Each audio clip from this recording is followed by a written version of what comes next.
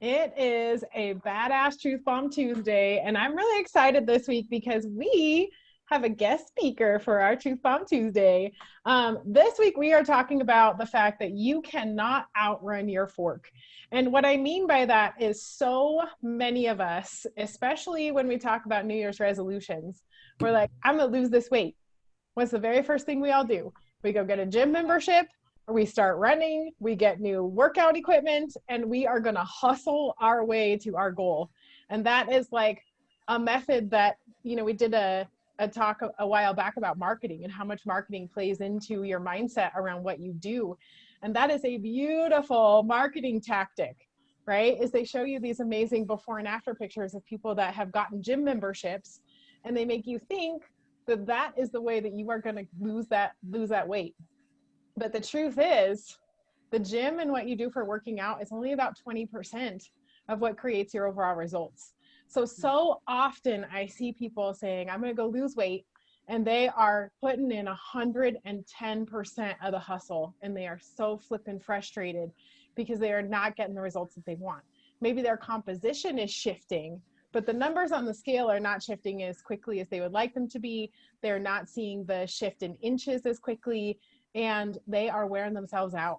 And eventually that becomes unsustainable. And I think that the perfect example of that is totally the New Year's resolutions, right? You go to the gym and everybody up in that gym for the first 3 to 6 weeks, right? The gym is packed for the first 3 to 6 weeks. And then after that, those people that were just hustling so hard are like, I can't do this. This isn't sustainable. I'm not getting the results I want. I'm exhausted. I'm sore. It's not working out for me. And what I've learned as a health coach is that I didn't know what I didn't know. And I have learned so much since then. And I have absolutely, without a doubt, I'm just going to straight up say it, marketing lies to you. Okay. Hustling at the gym is not how you are going to shred those pounds. And so that's what we're here to talk about today is truth bomb. You cannot outrun your freaking fork. Ain't no gym membership gonna make you shred that fat. So I know that we've all had some experiences, myself included, with that. And Shonda, I would love for you to hop on and share. I know you were saying, that really hasn't been a thing for me, but I did try once. I tried that out, and I would love to hear a little bit about that experience for you. Yeah, I was thinking I need to full disclosure, I'm currently not attempting to work out faster than, yeah, it's just not happening right now. However, I have done that before. There was a time period where I was hitting it at the gym with my friends and enjoyed it, got really strong, but eventually I hurt myself because I was too overweight to be in there doing the things I was doing. Burpees and all that, all those things just they wear on you. I did feel stronger, but it never really made a difference in weight loss. I may have lost 5 or 10 pounds whenever I was watching what I ate, but what I think I did by going into it without realizing this truth, I think I would go and I'd work out and I would think that then I would deserve, something else to eat, something, that wasn't good for me because I didn't know enough about what should be on my fork, what I should be fueling my body with. So yeah, I can definitely attest to that. And again, I hurt my knee and it knocked me out of working out with my friends. And then, you just kind of spiral. So it's like getting the cart before the horse. Yeah. I think that's a pretty common thing, right? Like you get together with all your girls. And we're like, we're going to get thin. We're going to go to the gym. Let's do this, girls. Right? And then eventually one of you does get hurt because, you guys go and you get that competitive nature. I mean, that's definitely me. I am so competitive. So I don't care how long it's been at the gym. If I see somebody else just sweating and breathing like a cow, you bet I'm going to push myself to be sweating and breathing like a cow because I'm not going to be the only one fluffing around the gym. I want to compete with the big boys, even if I shouldn't be, right? That's absolutely me. And I have totally hurt myself doing that as well. Marcy, I see you over there nodding. I have a feeling you've got some stories about trying to outrun your fork. Girl. Okay, so before the accident happened, I was the professional dieter / professional workaholic. And between starving myself or trying to be vegetarian or vegan or whatever it was, I was not nourishing my body properly because I didn't know what I was doing, even though I was following the guides, right? And then the second of all is I would just completely go all in with exercise. Like I was not just doing Jillian Michaels stuff, but when I was working, I was doing a lot of manual labor working too. And after all that, so I would come home from a hard day at work, kick my butt with Jillian Michaels for 30 minutes, and then I would go jogging around the block twice. That's what I was doing. And I just remember, like, I was killing myself. Like, I would barely be able to walk. It was almost punishment, you know? And because I was just like, I just got to keep burning off the food. I just got to keep burning it off. But then I would not nourish myself properly because I didn't know how to nourish for that kind of exercise. And because that's the problem when you don't have someone that knows what they're doing to support you. That's the result. And so after the car accident, doctor's like, nope, exercise is off the table. You ain't doing a thing. You're going to physical therapy for 3 years instead. And which is his own type of exercise, right? But even to this day, I don't have a standardized routine workout. My exercise comes in the form of I'm running around outside with my dogs. I'm building projects. I'm keeping up with the house. I'm, bless my heart, keeping up with my kids. You know, I'm doing those things. That's my form of exercise now. And it's not because I have to, it's because I want to. You know, I think there's a difference there. That's awesome. I love that. So I'm just curious, when you were a professional dieter slash exerciser, what was motivating you to go out and hustle with that exercise? That I wasn't skinny enough. So weight loss. Yeah. Gotcha. Megan, I have to share your story because, hold on, I'm going to share my screen with you guys. I got to pull this up while Megan shares her story because we were kind of chatting about her before. And Megan, tell us what's happening in this before picture over here. So that is, at that time, I had been working out for about a year to 2 years. And I was not eating, I was clean eating. So husband was running at that time and just still eating whatever. So but then, and that's also, I added more days in as well. When I did 3 days a week wasn't cutting it, then I added more days in. And I was working out with people a lot younger than me, and they were really good. They would, you know, keep me going, but I was not getting any results at all. I mean, I was very strong. Like in that picture, I could back squat 185. So I was a very strong, hefty chick. But I did not like the way I looked. You can tell our face. Husband, he was a big dude. He was having some knee problems, some sleep apnea, stuff like that too. But just, we were working out almost 7 days a week. That's crazy. So you're working out 7 days a week. So this is you after a year of freaking hustling, like hustling your butt, working out hardcore. Mm-hmm. But what happened here? You would think that this was before and this is after all that hustle because that's what people go for. But tell us the truth behind what created these results here on the right. So that picture is it's from August to August. And what changed in between there is January, I changed my eating. I started working with a health coach, changed my eating. And then husband, I was January, he was February. So between both of us, we lost, results not typical, almost 100 pounds. And that's what I was able to run the whole thing. This one I walked, and the people I was with was very supportive in the first picture. This one I ran the whole time, which was huge for me. And I did all the events. So whereas some of the other ones I had to go around because it just wasn't, you know, a thing. So, but yeah. Gotcha. So the only difference between these two photos is you kept hustling, but you changed your nutrition. And all of a sudden, bam, look at that waistline. Woo! Where'd your double chin go too? Like, I don't see a roll right here. And then there's that roll there too. Also, I only work out 3 days a week now. So I actually work out less than I did before. So, and I do it now because I like it. So you work out less than you did before. And I'm curious to know, why did you work out so hard in that first picture? Because I was trying to out exercise it. I was trying to exercise my way to the body I wanted. I was going to get to what I wanted by just exercise, doing CrossFit, running, whatever, because everyone else was already the shape I wanted to be, but Yeah. they were also 20 years younger than me. So Gotcha.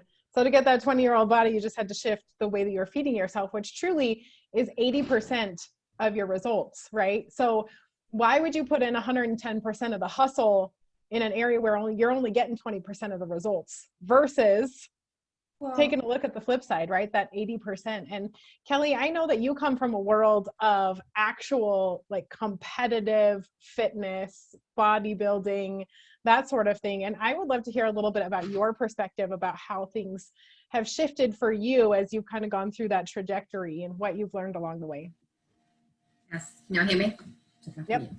Yes. So I am. I have been a competitor. I started competing around 2010. It was my first show. And I did that all the way until November of 17 was my last show. So I did it for several years. During that time, I was a group exercise instructor. I was a personal trainer. I competed in figure, which you have like different levels, and you have bikini and then figure and then bodybuilding. So I did figure, which, you know, meant that I was in the gym a bunch. But my thing was, and what I learned during that time was I learned how to diet down for 12 weeks.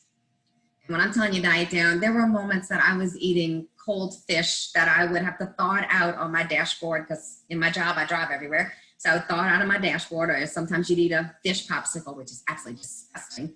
Yeah, it is nasty. And so I won't see me eating fish right now.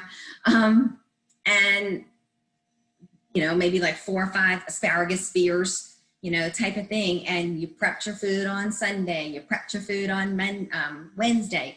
And I lived that life, flew with all that food for years. So I would diet down for my 12 weeks, which would take me to the beginning of the summer. I'd compete for the whole summer because, you know, you wanted to be, you know, looking good in the bikini, but at the same time you could be on stage.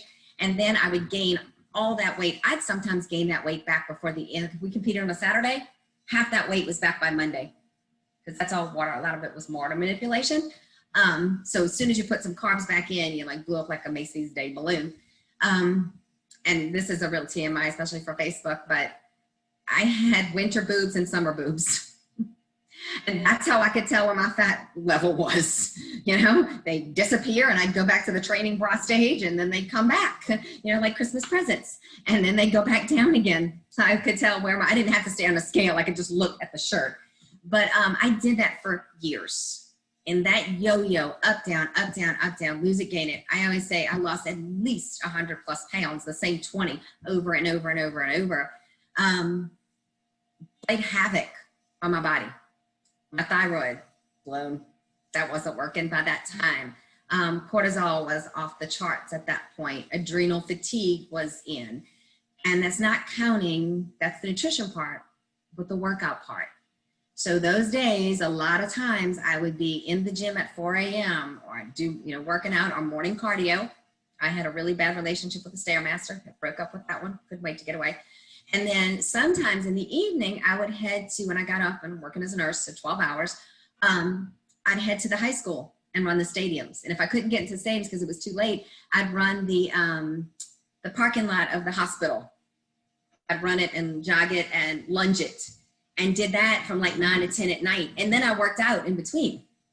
So it was several hours a day. There were days that I sat in the parking lot and cried my eyes out because I didn't want to go in. And the gym used to be my place. The gym used to be my happy place. It was my endorphin release place. I loved it. And again, taught exercise classes. I loved being there, but it became my sole focus to get the weight down. And if my weight was not moving down by because you'd send in pictures weekly to your coach. I had multiple coaches over those years, thousands and thousands and thousands of dollars worth. And you'd send the pictures and they'd add more cardio to you. They add more cardio. So I learned those concepts and ingrained them in my brain. As a personal trainer, I would send my clients to do that. Because as personal trainers, unless you have a degree in nutrition, you're not working within your bandwidth if you're giving a diet of some sort. You know, you can say these are good food groups to choose from, but you're not supposed to, as for my certification, to give a quote unquote diet. So as a personal trainer, I just send you out for some more workouts. So I'd work you out even harder. And the harder I worked, the bigger I got, because guess what? Even though I was building muscle, and by the way, females, it's unless you're genetically made that way, it's very difficult for females to build muscle quickly, but we get bulky. Well, the reason why we get bulky is because the fat layer on top gets bigger if we get inflammation and swelling and fluid in the muscle. So the arms get bigger, you know, though we say, oh, look at the muscle, then because you can look at some of my pictures. So when I would diet down, you know, maybe I'd go into competition around 120. And when I would diet down for stage, I'd weigh 95 pounds. Oh my God. That lean. Well, I looked so tiny at 4'11", and that was what the muscle was. It wasn't my big muscles that I thought that I had when I was 120. That was a lot of padding and fluid on there. So, you know, it's a yo-yo. And so when I went into this, I reached out to my coach and said, please help me be normal. I wanted to live a normal life. I did not want to live out of a Tupperware container anymore. I wanted to go to the restaurant and eat with my family, and I had missed way too many events and, you know, with my own little Tupperware. And finally, you know, I lost 25 pounds in 8 weeks when I started with my coach. That was from May 4th to July 4th, 2 years ago. And the greatest thing for me in that respect has been not that weight loss, because that weight loss was great, but keeping it off and learning tools so that I could, without living a deprivation life. I don't, you know, look at things as good and bad anymore. You know, oh, that's a bad thing to eat, or that's a good. No, it's not. It's, you choose. What do you want? What do you want as your goal? And you can have things in moderation. And that's, I think, the most greatest thing that I've learned out of it, to not live in that restrictive diet mentality. Because, and I'll be the first one to say, this is AA here. I'll stand up and admit it. There are moments I get up and go, oh, I didn't get all my minutes in yesterday. I need to go. And well, boyfriend, love him. He'll look at me and go, really? Why? Because you know that that's not where your results come from. I know. But in that little place in the back of the head going, you know, you didn't do that. What if? This would have helped if you would have. No, it wouldn't have. And you know what else? Exercise. I mean, I'm not going to ever say that exercise is not good. It absolutely is. It has its benefits. You know, you have for just strength overall, feeling good. We're looking at bone density, you know, cardiovascular moments. Those are all great, but it's not used as a weight loss tool. So use it for its good points, not for that, and use the kitchen as your weight loss. A lot of times I watch a lot of people, we already talked about injuries. You know, when you look at for every pound over your normal body weight, that's 4 pounds of pressure on your hips and your legs and your knees. It's 6 pounds on your neck and your spine and your arms and your shoulders. So 10 pounds is 40 to 60 pounds pressure off. You know, that's like holding a, you know, second grader walking around and then finally can put it down. That's huge. But learning those concepts are really hard. And when it's ingrained in your head, you trip and fall. And it's thank goodness that I'm surrounded by such a beautiful community to remind me that, you know what, it's okay. And it's all right if you don't, you know, I work out way less, maybe 3 to 4 days a week if we're lucky, if I can fit it in the crazy schedule to actually get there and lift. And I don't know the last time I did cardio. I mean, for me, I cut my grass. That's cardio. I'm pretty happy that at my age, I can cut the grass and still feel okay and not have to be in bed for 3 days, you know? But for me, that's cardio. I don't have to be on a dead mill, as I lovingly refer to it. The dead meal. Hey, Kelly, I have a thought that came out from what you shared. One of the biggest standout points to me is that you were telling your coach, just help me to be normal. And, you know, I know we haven't really brought it up yet, but we're in the middle of Suicide Awareness Prevention Week. And I know my story involves that. How do you feel that this lifestyle has, you know, as a professional fitness trainer and doing what you've done, how did your mental health have an impact based on what you were doing before versus on what you're doing now? Oh, so much more, because this makes working on me and working on where my concepts were that I didn't know that I was an emotional eater. I didn't know that I was a stress eater. If you go in my kitchen, I have a sign on my pantry door that says, "You are not hungry. You are stressed, bored, or lonely. Back away." And it's true. When a phone call goes off, it's a certain work phone call, I may head while I'm on the phone, I'm heading to the pantry. And without working with the tools and having a coach work with me, as my health coach, I'll give Todd a plug out there, Todd Angelucci, I would have never been aware of that.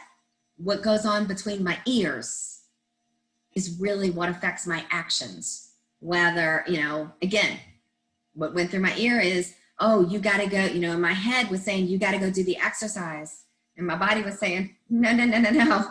And that was a big battle. But yes, oh my gosh, just awareness of where your kryptonite is and what habits. A lot of times you don't know where you develop bad habits till you see what the good habit would be. And until that is opened and shared, and you go, wow, that's what it should be. Or that's how that's supposed to work, because you live it in your own body. You don't know. A lot of times people don't. I didn't know how bad I felt till I felt so much better, because you wake up in your own body every day. You just kind of get used to the way it's feeling. So yes, mindset, personal development, just the way you look at things differently. It changes that little voice that plays in your head. That was a book that I read, Never Binge Again, and it talks about he personifies this pig within, and the pig is talking to you. And whenever I'm through the book, it talks about that little pig's voice, and he makes you kind of visualize like this nasty hog with just like hairs coming out of it, and type of thing in your brain. So when that voice comes in to say, hey, you're really stressed, go in the pantry, go grab those cookies, that's going to make us both feel better. When those voices come in, to be able to personify that is huge. And so, yes, changing concepts and the mindset has been the biggest part. And that, I wish I could walk around with a shirt that says work in progress. I think that's probably true for all of us. I trip and fall all the time, but that's okay, because tripping and falling is awareness. Yep. So, that's beautiful. Well, something that I heard you say is when you first started is when it would become competition season, I would diet down. Yes. The first thing you said is I would diet down, which means that your very first focus was on that 80% of the journey, right? It's on what it is that you're consuming. And then the exercise piece was secondary, right? So dieting down, competing, and then getting your boobs back. It was the whole. Right. Then December would come and Christmas would be here. And yes, I could. Those would be some serious. That would be an interesting before and after. Yeah, right. My lean boobs and my winter boobs. When they're natural, that's kind of what happens. There you go. This is on Facebook. Yeah, absolutely. Well, I think that like the major point of this truth bomb is that you cannot outrun your fork, right? Like no matter how much exercise you do, if you are not managing what's going in your mouth, which is controlled by what's going on in your mind, you are never going to reach the results that you want. And if you do, you're likely not going to be able to keep them, right? And so for me in this health journey, something that has been a real shift for me is, why do I exercise? And oftentimes my exercise was to lose weight.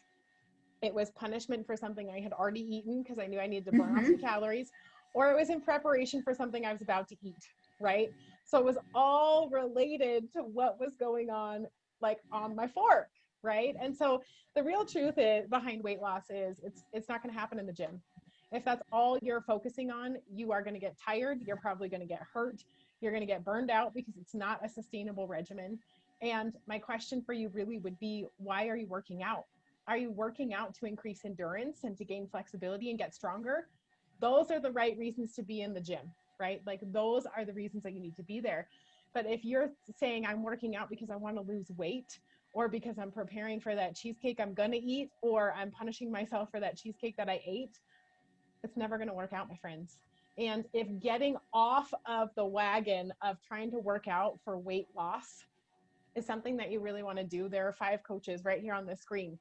Connect with any one of us because we can help you understand how to leverage that 20% of your workout to increase endurance, strength, and flexibility, and how to leverage that 80% to shred that fat that you're wanting to get off your body. And I also guarantee you, having attempted the working out to lose weight versus being really successful with losing weight by managing nutrition is a whole hell of a lot easier to manage what goes on that fork. And in that process, we dig into what happens between the 6 inches between your ears.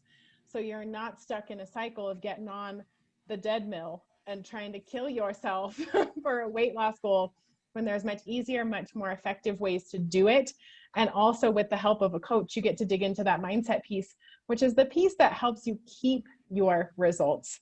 And as coaches, yeah, of course we can support you in losing weight, but our ultimate goal is to help you create a lifestyle that is designed around what matters most to you and that is sustainable. No more yo-yos. So I hope that you have enjoyed our 2 cents today. I know we are very counterculture with telling you to stop going to the gym to lose weight because it's total and complete crap and marketing has lied to you. So get rid of that little marketing voice in your head and know that there is a better way, there's a safer way, there's a more effective way, and there's also a way that's going to help you keep the results that you are working so hard for. Much love, you guys. We look forward to seeing you all next week. Bye.